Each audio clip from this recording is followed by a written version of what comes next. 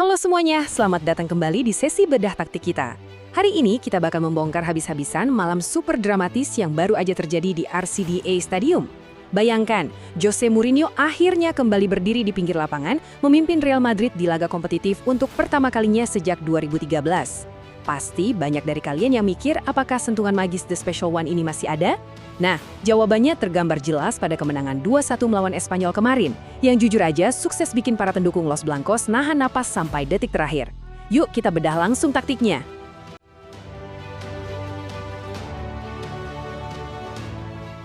Kita mulai dari satu angka krusial, 7.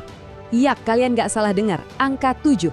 Ini bukan angka acak loh, ini adalah jumlah pertandingan Jose Mourinho menghadapi Espanyol di La Liga tanpa pernah sekalipun merasakan kekalahan.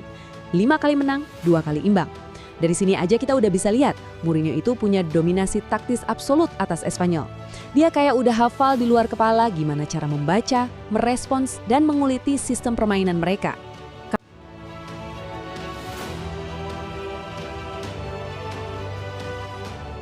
Kalau kita lihat garis waktu pertandingannya, wah, ini benar-benar kayak naik roller coaster emosi.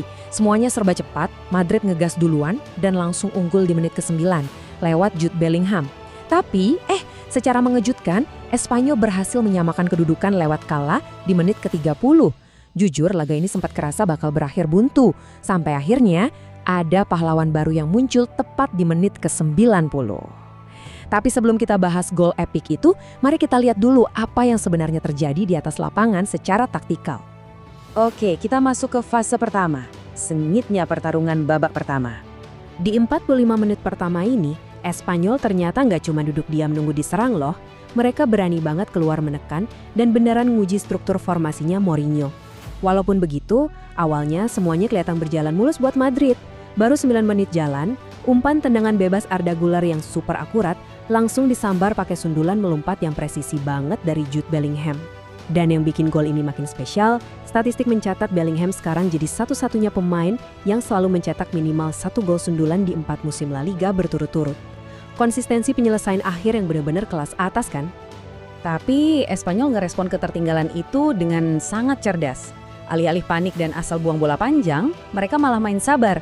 Mereka bangun serangan alias build up perlahan dari lini belakang ke depan. Setelah sempat ngasih peringatan lewat tembakan sang kapten, Edu Exposito, mereka akhirnya sukses menyamakan kedudukan di menit ke-30 lewat sontekan kalah yang sukses menaklukkan Thibaut Courtois. Malahan ya, Roberto Fernandes nyaris aja bikin Espanyol berbalik unggul sebelum turun minum kalau sundulannya nggak meleset. Ini jelas banget mengekspos adanya celah transisi di lini pertahanan Madrid pada awal-awal laga.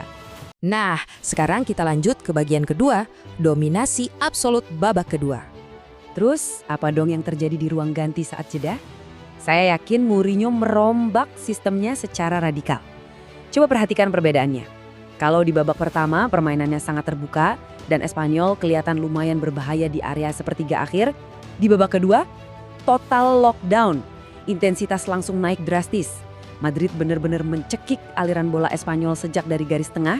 Serangan bertubi-tubi terus dilancarkan. Federico Valverde bahkan nyaris merobek gawang kalau aja tendangan mendatarnya dari luar kotak penalti nggak membentur bagian luar tiang. Biar lebih objektif, mari kita buktikan dominasi ini pakai angka. Kita masuk ke bedah data expected goals. Buat kalian yang mungkin masih awam dengan statistik modern ini, expected goals atau XG itu gampangnya adalah metrik krusial buat ngukur seberapa berbahaya sih sebuah peluang itu atau seberapa besar kemungkinan sebuah tembakan beneran jadi gol. Intinya, makin tinggi angkanya, makin matang dan mengancam peluang tersebut. Nah, data ini mengilustrasikan jalannya pertandingan dengan sangat brilian loh. Real Madrid itu mengumpulkan total XG yang raksasa banget, yaitu 2,92 dari 21 tembakan. Coba bandingin sama Espanyol yang cuma mencatat 1,12 XG dari 8 tembakan. Jadi, terlepas dari drama gol telat yang bikin jantungan tadi, kalau kita bicara statistik murni, Madrid memang sangat mendominasi dan pantas banget bawa pulang 3 poin penuh berdasarkan kualitas penciptaan peluang mereka. Sekarang, coba perhatikan angka 0,09 ini baik-baik. Percaya atau enggak, ini bukan salah hitung loh. Ini adalah total XG milik Espanyol di sepanjang babak kedua, yang ternyata cuma berasal dari 1 tembakan aja. Yah, benar-benar cuma 1 tembakan. Ini adalah bukti nyata masterclass defensif dari seorang Jose Mourinho. Dia merombak total struktur pertahanan dan sukses mematikan seluruh ancaman lawan setelah turun minum. Gila sih ini. Tapi masalahnya, seberapa tinggi pun penguasaan bola dan angka XG, itu nggak akan ada artinya kalau nggak ada penyelesaian akhir yang mematikan kan? Waktu terus berjalan, dan kebuntuan masih melanda pertahanan rapat lawan. Pertanyaannya sekarang, dengan dominasi mutlak kayak gini, siapa dong yang akhirnya punya insting pembunuh buat mecah kebuntuan pas Jarum Jam udah nunjuk angka 90? Ini dia jawabannya. Bagian keempat, efektivitas pergantian Carlos SP.